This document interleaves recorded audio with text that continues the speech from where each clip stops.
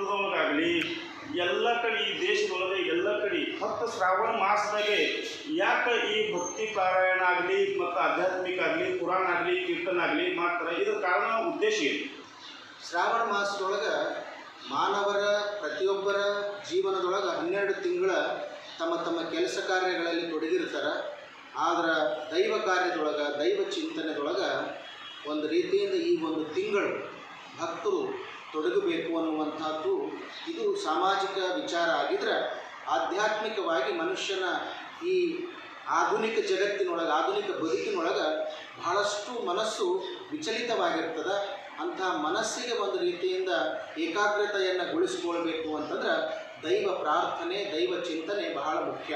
ಹೀಗಾಗಿ ಈ ಮನಸ್ಸಿಗೆ ಹತೋಟಿಯನ್ನು ತಂದುಕೊಳ್ಳೋಕೆ ಸದ್ಬುದ್ಧಿ ನಿರ್ಮಾಣ ಆಗಕ್ಕೆ ಇದರಿಂದ ಆತ್ಮಜ್ಞಾನ ಆತ್ಮತೃಪ್ತಿಯನ್ನು ಪಡೆದುಕೊಳ್ಳುವುದಕ್ಕೆ ಮಹಾತ್ಮರ ಮಹಾನುಭಾವರ ಚರಿತ್ರೆಗಳನ್ನು ಕೇಳಿ ಒಂದು ರೀತಿಯಿಂದ ತಮ್ಮ ಜೀವನದೊಳಗೆ ಅನುಷ್ಠಾನಗೊಳಿಸಿಕೊಂಡು ಹೋಗುವುದಕ್ಕೆ ಇದು ಮೂಲ. ಶ್ರಾವಣ ಮಾಸ ಒಳ್ಳೆಯ ವಿಚಾರಗಳನ್ನು ಕೇಳಬೇಕು. ಯಾರಾದರೂ ಕೇಳದೆ ಯಾವುದೇ ಹೊಸ ಹೆಜ್ಜೆಯನ್ನು ಇಡೋಕ್ಕಾಗಲ್ಲ. ಆ ಹಿನ್ನೆಲೆಯೊಳಗೆ ಒಳ್ಳೆಯ ಮಾತುಗಳನ್ನು ಕೇಳುವುದರ ಮೂಲಕವಾಗಿ ಆಧ್ಯಾತ್ಮಿಕ ಧಾರ್ಮಿಕ ಚಿಂತನೆಗಳನ್ನು ಕೇಳುವುದರ ಮೂಲಕವಾಗಿ ಸಮಾಜ ಸ್ವಾಸ್ಥ್ಯವಾಗಿರ್ತದೆ. ಸಮಾಜದೊಳಗೆ ಒಂದು ರೀತಿಯಿಂದ ಬೇರೆ ಬೇರೆ ವ್ಯವಸ್ಥೆ ನಿರ್ಮಾಣವಾಗದೇ ಇರತಕ್ಕಂಥ ವಾತಾವರಣವನ್ನು ನಿರ್ಮಾಣ ಮಾಡೋದೇ ಶ್ರಾವಣ ಮಾಸದೊಳಗೆ ವಿಶೇಷ. ಮಠಮಾನ್ಯಗಳಲ್ಲಿ ದೇವಸ್ಥಾನಗಳಲ್ಲಿ ಎಲ್ಲ ಕಾರ್ಯಕರ್ತರು ಜವಾಬ್ದಾರಿಯಿಂದ ಸಮಾಜವನ್ನು ಮುನ್ನಡೆಸಿಕೊಂಡು ಹೋಗೋ ಸಲುವಾಗಿ ಮನಸ್ಸಿನ ಸ್ವಾಸ್ಥ್ಯ ಕಾಪಾಡಿಕೊಳ್ಳುವ ಸಲುವಾಗಿ ಈ ಪುರಾಣ ಪುಣ್ಯಕಥೆ ಕೀರ್ತನೆಗಳನ್ನು ಹಮ್ಮಿಕೊಳ್ಳಲಾಗ್ತದೆ. ಇದು ಕೇವಲ ನಮ್ಮ ಮಠಮಾನ್ಯಗಳಲ್ಲಿ ನಮ್ಮ ಭಾಗದೊಳಗೆ ಅಷ್ಟೇ ಅಂತಲ್ಲ, ಈ ಭಾರತದಾದ್ಯಂತ ಜಗತ್ತಿನಾದ್ಯಂತ ಶ್ರಾವಣ ಮಾಸ ಬಹಳ ಪವಿತ್ರ ಅನ್ನುವಂಥ ಭಾವದಿಂದ ನಮ್ಮೆಲ್ಲರ ಭಾವನೆ.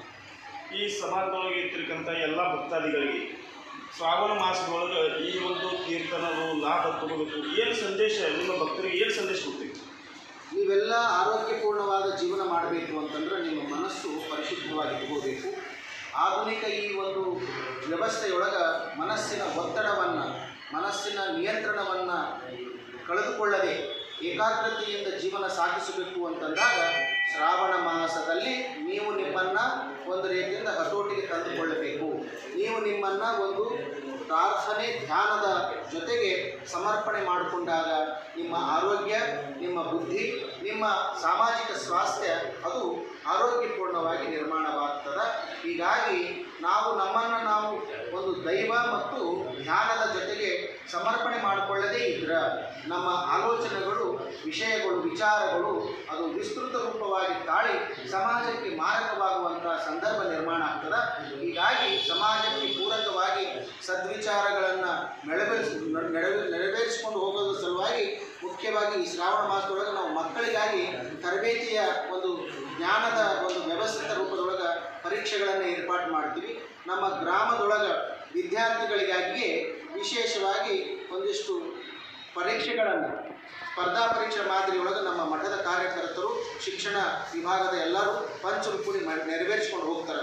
ಅಂಥ ಮಕ್ಕಳನ್ನು ನಾವು ಉತ್ತಮ ಸಂಸ್ಕಾರವನ್ನು ಕೊಟ್ಟರೆ ಮುಂದಿನ ದಿನಮಾನದೊಳಗೆ ಅವರಿಗೆ ಉತ್ತಮ ನಾಗರಿಕರಾಗಿ ಸಮಾಜ ಸ್ವಾಸ್ಥ್ಯ ಜೀವನದಲ್ಲಿ ನಡೆಸಿಕೊಂಡು ಹೋಗೋಕ್ಕೆ ಅನುಕೂಲ ಆಗ್ತೈತೆ ಅನ್ನುವಂಥದ್ದೇ ಈ ಒಂದು ಶ್ರಾವಣ ಮಾಸದ ಸಾಮಾಜಿಕ ಕಾರ್ಯಕ್ರಮದ ಒಂದು ಮೂಲ ಉದ್ದೇಶ.